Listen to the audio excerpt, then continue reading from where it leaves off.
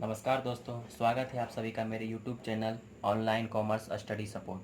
तो जैसा कि आपने मेरा पिछला वीडियो देखा होगा, उसमें मैंने बीएसटी के क्लास 11th का चैप्टर 1 का क्वेश्चंस जो इम्पोर्टेंट है वो करवाया था। आज मैं उसी का पार्ट 2 वीडियो बनाने जा रहा हूँ और इसमें उसी के आगे क्वेश्चंस करा रहा हूँ। तो मैंने उसमें देखा था व्यवसाय को परिभाषित करें, व्यवसाय के बारे में जाना था। अब अगला क्वेश्चन आता है कि व्यवसाय की विशेषताओं को लिखें। तो आइए क्वेश्चन को लिख लेते हैं। कहता है व्यवसाय की विशेषताओं को लिखें। व्यवसाय की विशेषताओं को लिखें। आखिर व्यवसाय की विशेषता क्या है? आंसर। तो सर्वप्रथम इसको अगर हम क्वेश्चन लिख रहे हैं या फिर एग्जाम में लिख रहे हैं जो भी, तो उसको जब आंसर लिखना प्रारंभ करते हैं तो सबसे पहले हमें लिख दें व्यवसाय की कुछ प्रमुख विशेषताएं निम्नलिखित है। व्यवसाय की कुछ प्रमुख विशेषताएं निम्नलिखित है। ध्यान रहे, ऐसा क्वेश्चन आपका एग्जाम में लॉन्ग में भी आ सकता है या शॉर्ट में भी आ सकता है। आप इसका पॉइंट देकर डीलिंग कर देंगे तो बहुत बेहतर होगा। इससे आपको ज़्यादा अंक मिलने के चांसेस रहते हैं। यदि आप सिर्फ पॉइंट लिख देते हैं तो अंक काटने के चांसेस रहते हैं। तो मैं यहाँ सिर्फ पॉइंट बताऊँगा, उसको डील करके समझा दूँगा। आपको डील स्वयं से करना है, यानी लिखना खुद से। मैं उसका डील बता दूँगा कि उसके वो क्या कह रहा है, बाकी आपको खुद कर लेना है कि उसको आप कैसे लिखिए। आप अपने शब्दों में लिखिएगा तो ज़्यादा बेहतर होगा। इससे आप लिखने की कला को समझिएगा और खुद लिखने की कैपेसिटी आप में बढ़ेगी। तो आइए, सबसे पहला पॉइंट इसका आता है मानवीय आर्थिक विकास। मानवीय आर्थिक मानवीय आर्थिक क्रियाएं। मानवीय आर्थिक क्रियाएं। अब इसका मतलब क्या हुआ? कहा जाता है यह व्यवसाय की प्रमुख विशेषता है मानवीय आर्थिक क्रियाएं। इसके अनुसार आप कह सकते हैं कि व्यवसाय मानव के द्वारा किया जाता है, ना कि पशु पक्षी या जानवर के द्वारा। अतः हम कह सकते हैं व्यवसाय एक मानवीय क्रिया है जिसे मानव ही संपन्न कर सकता है, क्योंकि व्यवसाय कोई मानव ही करता है। जंतु व्यवसाय नहीं कर सकता, कोई जानवर व्यवसाय नहीं कर सकता, कोई पक्षी व्यवसाय नहीं कर सकता। अगर व्यवसाय करता है तो एक मानव ही व्यवसाय करता है, चाहे वो किसी भी प्रकार का मानव हो, लेकिन वो मानव हो। क्योंकि आपने ऐसा नहीं देखा कि जंतु लोग व्यवसाय कर रहे हैं। व्यवसाय जब भी करते हैं तो मानव व्यवसाय करते हैं। इससे स्पष्ट होता है कि मानवीय आर्थिक क्रिया, यानी व्यवसाय मानवीय आर्थिक क्रिया है। मानव अपने आर्थिक क्रियाओं को संपन्न करने के लिए, अपने आवश्यकताओं की पूर्ति करने के लिए व्यवसाय करता है, जिससे वो अधिक से अधिक लाभ अर्जित करने का प्रयास करता है। यानी व्यवसाय मानवीय आर्थिक क्रियाएं संबंधित है। आर्थिक क्रिया आपको मैंने पिछले वीडियो में बता चुका था, इसके पार्ट 1 में, कि जिससे धन कमाने की चेष्टा करता है, धन कमाने का प्रयास करता है, आर्थिक क्रिया है। तो व्यवसाय एक आर्थिक क्रिया के अंतर्गत आता है और यह मानवीय आर्थिक क्रिया है, क्योंकि इसे मनुष्य संपन्न करता है, ना कि कोई जीव जंतु या पक्षी। इसको आप स्वयं से डीलिंग करके लिख लीजिएगा। अब बढ़ते हैं दूसरे पॉइंट की ओर। दूसरा कहता है साहस। ये क्या है? तो कहा जाता है व्यवसाय कोई साहसी व्यक्ति ही कर सकता है। यानी जो साहसी यहाँ क्या हुआ, ऐसा नहीं कि जो मजबूत हो, जिसमें बल हो, ये साहसी नहीं। यानी जो जोखिम उठाने वाले, उसे साहसी कहा जाता है। जो जोखिम उठाने की क्षमता रखते हैं, यानी पूंजी लगाने की क्षमता रखते हैं, लाभ हानि अर्जित करने की क्षमता रखते हैं, उसे यहाँ साहसी व्यक्ति कहा जाता है। यानी प्रत्येक व्यवसाय में साहस का लक्षण निहित होता है। यानी कोई भी व्यवसाय हो, चाहे व्यवसाय छोटा हो या फिर बड़ा से बड़ा व्यवसाय हो, सब में साहस का लक्षण निहित होता है। यानी सब में साहस है, क्योंकि साहसी व्यक्ति जोखिम उठाने की क्षमता रखता है। दूसरा व्यक्ति जोखिम नहीं उठा सकता है, जो साहसी वही जोखिम उठा सकता है। क्योंकि जो जोखिम उठा रहा है वो समझिए वो साहस कर रहा है। जोखिम का दूसरा रूप ही साहस है। जो व्यक्ति व्यवसाय में करने की जोखिम उठा रहा है वह साहस कर रहा है। यानी दूसरा इसका महत्वपूर्ण बिंदु है, इसकी विशेषता है कि व्यवसाय साहसी व्यक्ति ही कर सकता है, जो जोखिम उठाता है, लाभ हानि अर्जित करने की क्षमता रखता है। इसे आप स्वयं लिख लीजिएगा। तीसरा कहा जाता है विनिमय द्वारा लाभ। विनिमय द्वारा लाभ, ये क्या है? कहा जाता है व्यवसाय में विनियोग, यानी विनियोग पूंजी लगाना, रुपया पैसा जो भी व्यवसाय में लगाना। यानी व्यवसाय आप प्रारंभ करते हैं, उसमें विनियोग करते, धन का विनियोग करते हैं और उससे और अधिक लाभ अर्जित करने की क्षमता यानी प्रयास करते हैं। यानी व्यवसाय विनिमय द्वारा लाभ, यानी यह विनिमय द्वारा लाभ है। आप इसमें विनियोग करें, जितना अधिक इन्वेस्टमेंट करेंगे उतना अधिक आप प्रॉफिट कमाएंगे। या आप विनियोग करिएगा, उसके बाद उससे लाभ हानि अर्जित होगा, जो आप अपने जिससे आप अपनी आवश्यकताओं की पूर्ति करेंगे, यानी विनिमय द्वारा लाभ है। इसकी प्रमुख विशेषता यह है कि व्यवसाय में विनिमय द्वारा लाभ है। हम जितना अधिक विनिमय करेंगे उतना अधिक लाभ अर्जित करेंगे। चौथा का आता है व्यापक क्षेत्र। व्यापक क्षेत्र यह एक महत्वपूर्ण बिंदु है इसकी प्रमुख विशेषता का। कहा जाता है इसका सबसे अंतिम महत्वपूर्ण विशेषता व्यापक क्षेत्र का होना है, यानी व्यापक क्षेत्र, बड़ा क्षेत्र। इसमें वो समस्त क्रियाएं सम्मिलित होती है, जैसे जो वस्तुओं के उत्पादन से लेकर उपभोक्ता तक पहुंचाने में, जैसे मान लीजिए वस्तुओं का उत्पादन नया हो रहा है और ये उपभोक्ता तक पहुंच रहा है, तो इसके बीच जितनी भी क्रियाएं होती है सभी क्रियाएं इसमें सम्मिलित हो जाती है व्यापक क्षेत्र में। यानी व्यापार का जितना व्यापक क्षेत्र होगा वह व्यक्ति उतना ही अधिक लाभ अर्जित करेगा। यानी व्यापक क्षेत्र यह महत्वपूर्ण बिंदु है, इस पर व्यवसाय की लाभ हानि बहुत निर्भर करती है। यानी जितना व्यापक क्षेत्र होगा उतना अधिक लाभ अर्जित करेगा, यह एक महत्वपूर्ण विशेषता है। और अंतिम और लास्ट इसका विशेषता है जोखिम एवं भावी सफलता। जोखिम एवं भावी सफलता यह ठीक साहसी की तरह ही है, साहस का तरह ही है। यानी व्यवसाय में वह व्यक्ति जो जोखिम उठाता है और भावी सफलता प्राप्त करता है, यानी अभी ये जोखिम उठा रहा है तो उसको पता है कि भावी यानी भविष्य में हम भविष्य में सफलता प्राप्त करेंगे, लाभ हानि अर्जित करेंगे, लाभ प्राप्त करेंगे, व्यवसाय को और आगे ले जाएंगे। यानी इसको पता है कि अभी हम जोखिम उठा रहे हैं तो मेरा व्यवसाय, जो जितना जोखिम उठाएगा उसका व्यवसाय उतना ही अधिक बढ़ेगा, जो जितना मेहनत करेगा उसका व्यवसाय उतना ही अधिक आगे बढ़ेगा, वो उतना ही अधिक लाभ अर्जित करेगा। यानी जोखिम, जितना जोखिम उठाएगा उतना भविष्य में सफलता प्राप्त करेगा, जो जितना काम करेगा उतना लाभ अर्जित करेगा। एक तरफ जोखिम तो दूसरी तरफ भावी सफलता, यानी दोनों एक दूसरे के संपूर्ण एक दूसरे से जुड़ा हुआ है। जितना जोखिम जो व्यक्ति व्यवसाय कर रहा है जितना जोखिम करेगा, जितना जोखिम उठाएगा, रिस्क उठाएगा, उतना अधिक आगे भविष्य में सफलता प्राप्त करेगा। तो ये इसके 5 पॉइंट थे। ये ऐसे क्वेश्चन आपको लॉन्ग या शॉर्ट दोनों में पूछ सकते हैं एग्जाम में, चाहे वो 2 नंबर का क्वेश्चन हो या फिर लॉन्ग 5 नंबर का क्वेश्चन हो, आपको दोनों में पॉइंट दे देना है। हाँ, अगर 5 नंबर का है तो आपको 5 पॉइंट देना है और उसको डीलिंग कर देना है, और अगर 2 नंबर का है तो आप 2 या 3 पॉइंट दे सकते हैं, उसका छोटा छोटा डीलिंग करना है। और 5 नंबर वाला हम थोड़ा लंबा डीलिंग करना है, 2 नंबर वाला हम पॉइंट देकर छोटा छोटा डीलिंग कर देंगे। इसको आप स्वयं से डीलिंग कर लेंगे, मैंने बता दिया सभी के बारे में, आप इसको स्वयं से डीलिंग कर लीजिएगा। नेक्स्ट क्वेश्चन आता है पैसा से आप क्या समझते हैं। तो आइए क्वेश्चन पहले लिख लेते हैं। पैसा से आप क्या समझते हैं। इसके पहले हमने जाना था व्यवसाय, इसमें मैं जान रहा हूँ पैसा। पैसा क्या, तो कहा जाता है पैसा का आशय।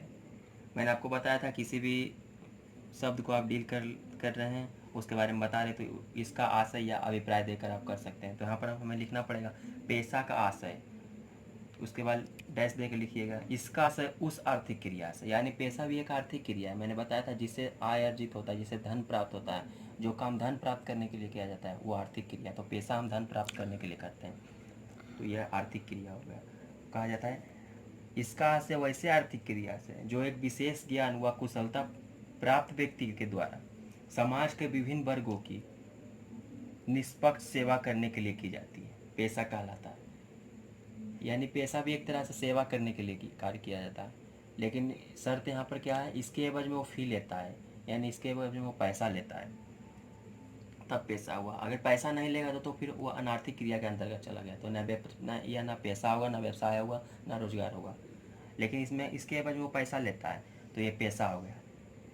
दूसरे शब्दों में इसको कह सकते हैं पैसा एक प्रकार का धंधा है जिसके अंतर्गत एक व्यक्ति विशिष्ट ज्ञान प्राप्त करके, पैसा एक प्रकार का धंधा है जिसके अंतर्गत कोई व्यक्ति विशिष्ट ज्ञान प्राप्त करके दूसरे व्यक्तियों को निर्देशन, मार्गदर्शन अथवा परामर्श देता है। यानी आप समझ रहे होंगे कि यह व्यवसाय से बिल्कुल अलग है, यह व्यवसाय से बिल्कुल अलग है। पैसा, मान लीजिए कोई शिक्षक है, उसका पैसा है पढ़ाना, तो ये व्यवसाय नहीं है, ये पैसा है। ये व्यवसाय के अंतर्गत नहीं आएगा, ये पेशा के अंतर्गत आएगा। कोई वकील है,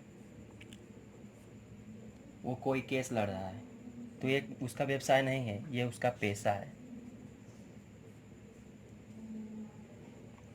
यानी किसी कार्य के एवज में पैसा लेना, इसको फ़ी मिलता है। व्यवसाय में जैसे हम लाभ या हानि होता है, लेकिन यहाँ पर लाभ हानि नहीं, इसको फ़ी मिलता है। तो यहाँ पर कह सकते हैं पेशा का आशय, इसका आशय विशिष्ट ज्ञान के माध्यम से संपन्न किया जाता है तथा दूसरों व्यक्तियों को निर्देशन, मार्गदर्शन अथवा परामर्श दिया जाता है, पेशा कहलाता है। तो आइए इसको हम लिखते हैं। सबसे पहले लिख लेंगे पेशा का आशय। पेशा का आशय, इसका आशय, इसका आशय उस आर्थिक क्रिया से है,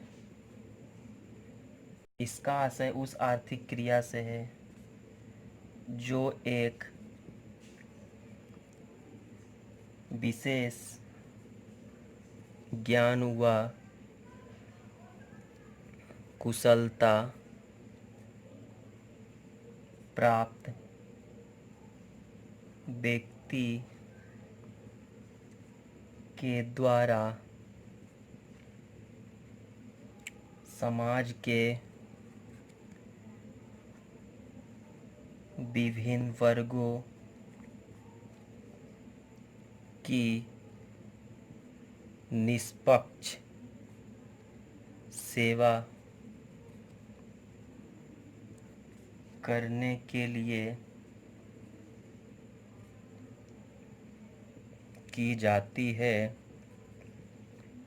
पेशा कहलाता है। पेशा कहलाता है। आप इसको दूसरे शब्दों में भी लिख सकते हैं कि इसका आशय वैसे क्रिया से है जो विशिष्ट ज्ञान के माध्यम से संपन्न किया जाता है, पेशा कहलाता है। या फिर यहाँ पर और जोड़ सकते हैं आप कि इसका आशय वैसे क्रिया से है, वैसे आर्थिक क्रिया से है जो विशिष्ट ज्ञान के माध्यम से संपन्न किया जाता है तथा दूसरे व्यक्तियों को मार्गदर्शन, निर्देशन व परामर्श दिया जाता है, पेशा कहलाता है। इसके फलस्वरूप उस व्यक्ति को फी प्राप्त होता है। तो आप पेशा यहाँ समझ गए होंगे कि पेशा व्यवसाय से बिल्कुल अलग है। इसके एवज में कोई व्यक्ति उस कार्य को करता है और उसके एवज में वो फी प्राप्त करता है। जैसे कोई शिक्षक पढ़ाता है, उसके एवज में वो पैसा लेता है, वो फी लेता है। यहाँ वो व्यवसाय नहीं कर रहा है, वो फी ले रहा है। इसमें एक खास बात और भी होती है, इसमें विशेषज्ञ के रूप में सेवाएं दी जाती है। यानी कोई हर व्यक्ति नहीं कर सकता, क्योंकि शिक्षक हर व्यक्ति नहीं बन सकता, हर व्यक्ति नहीं पढ़ा सकता। ऐसा नहीं कि हर व्यक्ति पढ़ा रहा है और पैसा ले रहा है। उसके पास उस हिसाब से योग्यता होनी चाहिए। यानी इसमें विशेषज्ञ की आवश्यकता होती है, इसमें विशेषज्ञ के रूप में सेवाएं दी जाती हैं। वकील हर कोई नहीं बन सकता है, जिसके पास उसका डिग्री हो वही वकील रह सकता है, यानी उसके पास उसकी शिक्षा हो, जानकारी हो, यानी विशेषज्ञ के रूप में सेवाएं दी जाती है। इसके लिए निर्धारित योग्यता होना चाहिए। पेशा वही व्यक्ति कर सकता है जिसके पास उस कार्य हेतु निर्धारित योग्यता है। इसमें किसी भी प्रकार की पूंजी की आवश्यकता नहीं पड़ती, बस इसकी स्थापना, जैसे कोई शिक्षक है तो अगर कोई ट्यूशन चला रहा है तो उसे बस उस ट्यूशन स्टार्ट करने के लिए थोड़ा बहुत पूंजी की आवश्यकता होता है। ऐसा नहीं, ये व्यवसाय की तरह नहीं है। व्यवसाय में जैसे बहुत अधिक पूंजी की आवश्यकता होती है, इसमें व्यवसाय की तरह पूंजी की आवश्यकता नहीं होती है। ये पेशा व्यवसाय से बिल्कुल अलग है। वो आपको आगे देखने के लिए मिल जाएगा। अंतर का क्वेश्चन आएगा, व्यवसाय, पेशा एवं रोजगार में, तीनों में अंतर रहेगा। उसमें आप इसे और बृहद पैमाने पर जान लेंगे तो आपको बढ़िया से समझ में आ जाएगा। तो आइए नेक्स्ट क्वेश्चन की ओर बढ़ते हैं। तो आइए नेक्स्ट क्वेश्चन है, रोजगार से आप क्या समझते हैं? तो क्वेश्चन लिख लेता हूँ। रोजगार से आप क्या समझते हैं? इसके पहले मैंने व्यवसाय के बारे में देख लिया, पेशा के बारे में देख लिया, अब रोजगार के बारे में समझते हैं। तो यहाँ लिखते हैं रोजगार का आशय। रोजगार का आशय कहते हैं इसका आशय उस आर्थिक क्रिया से है। ये भी आर्थिक क्रिया के अंतर्गत आता है। तो आप यहाँ भी समझ गए होंगे कि इससे भी आय अर्जन होता है, यानी धन प्राप्ति होती है। क्योंकि जहाँ धन की बात आई या फिर जहाँ आर्थिक क्रिया की बात आई वहाँ धन की प्राप्त होता है, और जहाँ धन प्राप्त करने की बात आई वो आर्थिक क्रिया हो गया। तो कहा जाता है इसका आशय उस आर्थिक क्रिया से होता है जिसके अंतर्गत लोग दूसरों के लिए काम करते हैं।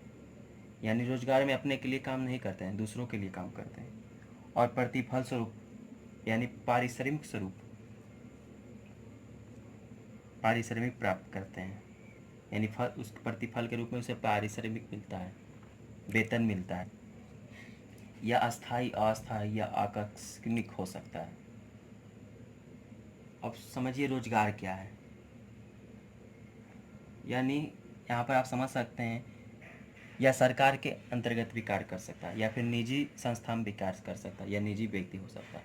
अब मान लीजिए कोई व्यक्ति है, कोई व्यक्ति वह डेली ऑफिस जाता है या फिर बैंक जाता है, वह डेली यहाँ अपने कार्यों को संपन्न करता है और फिर घर आता है, तो इसे पारिश्रमिक स्वरूप क्या मिलता है? वेतन मिलता है, जिसको हम लोग सैलरी कहते हैं। वेतन मिलता है, सैलरी।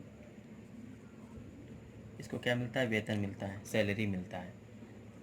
तो यह इसके लिए क्या हो गया? रोजगार है, जिसको हम इंग्लिश में जॉब कहते हैं। यह रोजगार है उसके लिए। यह व्यवसाय नहीं है, ना ही ये पेशा है, ये रोजगार है। अब कहा जाता है यह सरकारी हो सकता है, यानी सरकार के अंतर्गत हो सकता है, या निजी हो सकता है। कोई व्यक्ति कोई बड़ा सा कंपनी चला रहा है, उसके अंदर कार्य करने वाले जितने भी व्यक्ति हो गए, तो वो उस और वह डेली जाते हैं, काम करते हैं, तो वो उसके लिए रोजगार हो गया। यानी ये सरकारी भी हो सकता है, निजी भी हो सकता है, या अस्थाई हो सकता है, अस्थाई हो सकता है, किसी भी प्रकार का हो सकता है। यानी अब कोई आप किसी मज़दूर से काम कराते हैं, 5 दिन में आपको वो काम करके पूरा करता है, तो 5 दिन के लिए आप उसको वेतन देते हैं, यानी सैलरी देते हैं। तो यह अस्थाई हुआ है। ये नहीं है कि वो आप कहीं हमेशा काम करता रहेगा। 5 दिन का आपका काम था, 5 दिन के लिए आपका काम किया, तो आपने उसको 5 दिन का वेतन दिया, ये उसके लिए रोज़गार हुआ। तो ये सरकारी नहीं हुआ, ये मतलब निजी हुआ, और ये अस्थाई हुआ। अस्थाई नहीं है कि वो आपके यहाँ हमेशा कार्य करता रहेगा, अस्थाई हुआ। तो यह बहुत प्रकार का होता है। इसकी विशेष जानकारी आपको आगे बताई जाएगी। अभी फ़िलहाल इसे शॉर्ट में ही समझते हैं। तो आइए लिखते हैं क्या है आखिर रोजगार। तो यहाँ पर आप लिखिएगा सबसे पहले इसका आशय उस आर्थिक क्रिया से है, इसका आशय उस आर्थिक क्रिया से है जिसके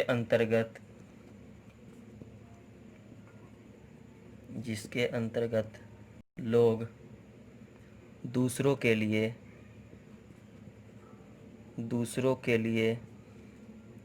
काम करते हैं, दूसरों के लिए काम करते हैं, और प्रतिफल स्वरूप पारिश्रमिक वेतन प्राप्त करते हैं, रोजगार कहलाता है। यह अस्थाई, अस्थाई, सरकारी, निजी व आकस्मिक हो सकता है,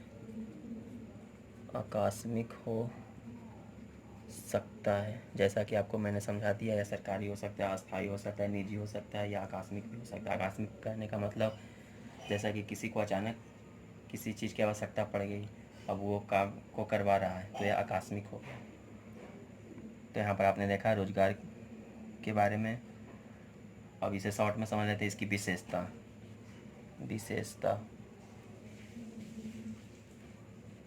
तो चलिए, इसकी प्रथम विशेषता है दूसरों के लिए सेवा।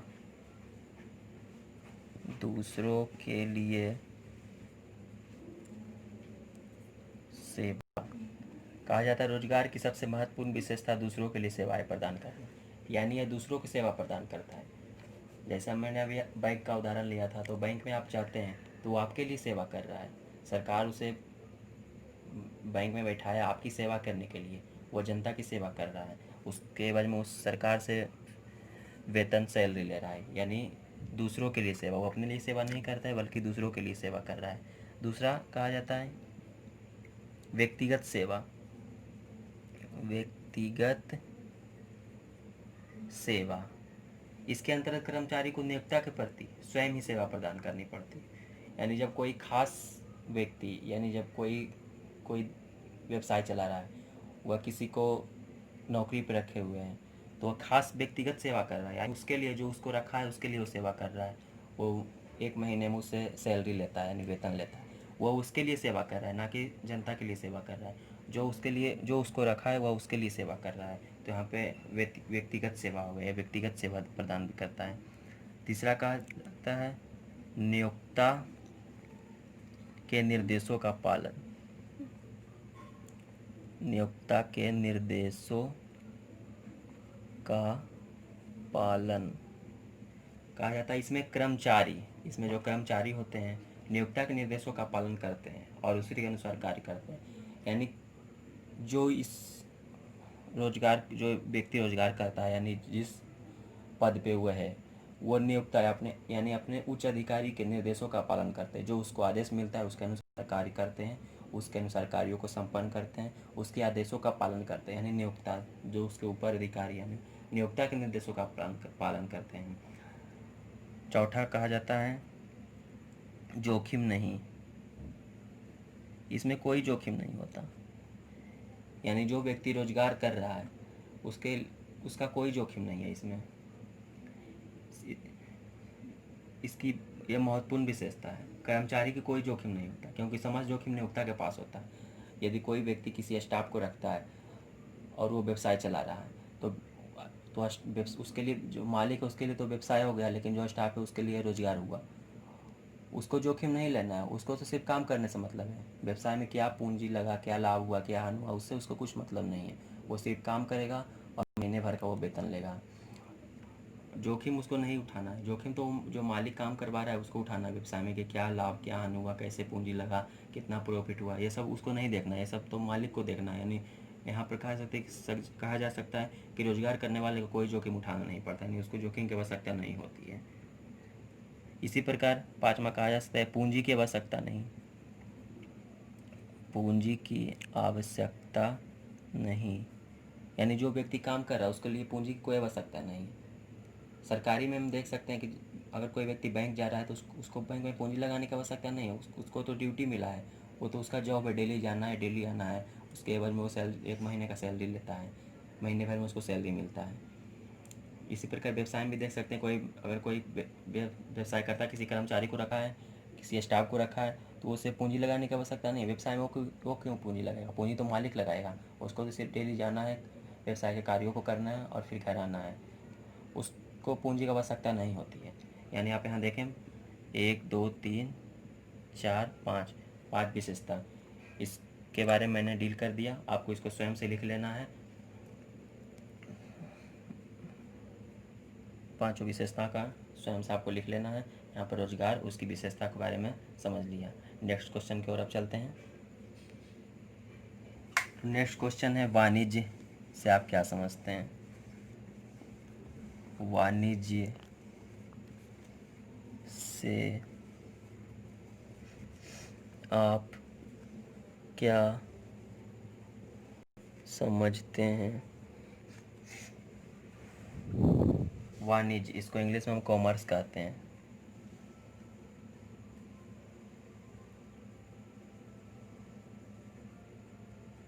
कॉमर्स, वाणिज्य से आप क्या समझते हैं? तो कहा जाता है वाणिज्य, वाणिज्य का आशय, इसका आशय उन समस्त क्रियाओं के समावेश से जो माल व सेवाओं के वितरण से संबंधित है, ताकि वह उपभोक्ताओं तक न्यूनतम बाधा से पहुंच जाए। कुल मिलाकर आप कह सकते हैं कि किसी वस्तु के उत्पादन से लेकर उसे उपभोक्ता तक पहुंचने में जो जितने भी कार्य किए गए हैं, ये सभी वाणिज्य के अंतर्गत आते हैं। यानी कोई वस्तु है, वह भी कच्चा माल में है, उसे कच्चा माल से निर्मित माल, पक्के माल यानी विक्रय योग्य माल्य, अर्थात कह सकते हैं उसे विक्रय योग्य माल्य में बनकर उपभोक्ता तक पहुंचना। इस बीच जितनी भी क्रियाएं हुए उन सभी को वाणिज्य के अंतर्गत रखा गया। इसे आप दूसरे शब्दों में कह सकते हैं कि उन समस्त क्रियाओं का समावेश है जो उत्पत्ति के स्थान से उपभोग के स्थान तक वस्तुओं को ले जाने तक उत्पन्न बाधाओं को हटाए जाने से संबंधित है। यानी वस्तुओं को उत्पत्ति से लेकर उसे उपभोग तक पहुंचने में जितनी भी क्रियाएं की जाती है वाणिज्य के अंतर्गत आते हैं। इसको हम इस प्रकार लिख सकते हैं,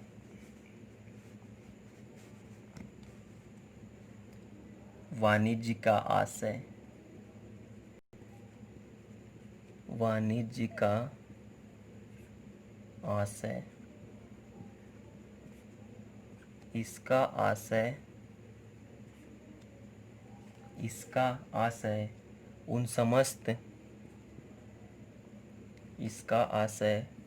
उन समस्त क्रियाओं के समावेश से है जो उत्पत्ति के स्थान से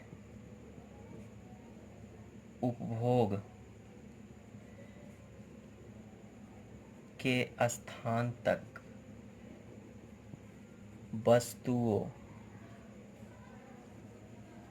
को ले जाने तथा उत्पन्न बाधाओं को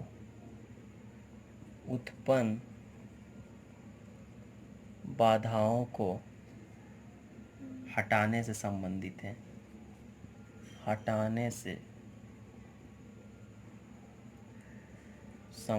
है, यानी आप कह सकते हैं वस्तुओं के निर्माण से लेकर उसे उपभोक्ता तक पहुंचने में जितने भी प्रकार के कार्य किए जाते हैं तथा जितने भी बाधा को, यानी उसमें जितने भी बाधा को हटाई जाती है, यानी आप इसको बोल सकते हैं एक शॉर्ट तरीके से कि जितने भी कार्य किए जाते हैं उत्पादन से लेकर उपभोक्ता तक पहुंचाने में किसी वस्तु के निर्माण, वो सभी कार्य वाणिज्य के अंतर्गत आते हैं, यानी उन्हें वाणिज्य कहा जाता है, कॉमर्स कहा जाता है। इन सभी क्वेश्चनों में आप यहाँ तक लिख के एक परिभाषा दे सकते हैं जो आपके बुक में दिया हुआ है, या फिर इसको आप दूसरे शब्दों में लिख सकते हैं तो आपका सटीक हो जाएगा और एग्ज़ाम में अधिक से अधिक यानी फुल मार्क्स मिलने के चांसेस रहते हैं। ये मैं शॉर्ट में समझाया, आप इसको दूसरे शब्दों में लिख दें या फिर इसका एक कोई परिभाषा दे दें तो अच्छा हो जाएगा। तो आज के लिए इतना ही। अब शेष हम नेक्स्ट वीडियो में क्वेश्चन बताऊंगा। अगर वीडियो अच्छा लगा हो तो इसे लाइक करें, कमेंट करें और हमारे चैनल पर अगर विजिट कर रहे हैं, अगर अभी तक आपने इसको सब्सक्राइब नहीं किया है तो प्लीज़ सब्सक्राइब करें, बेल आइकन दबाएं और ऑल के बटन को टच करें ताकि आने वाले हर वीडियो आपके पास जल्द से जल्द पहुंच सके और आप उसको विजिट कर सकें। अगला वीडियो मेरा बहुत जल्द आएगा। आज के लिए इतना ही, धन्यवाद।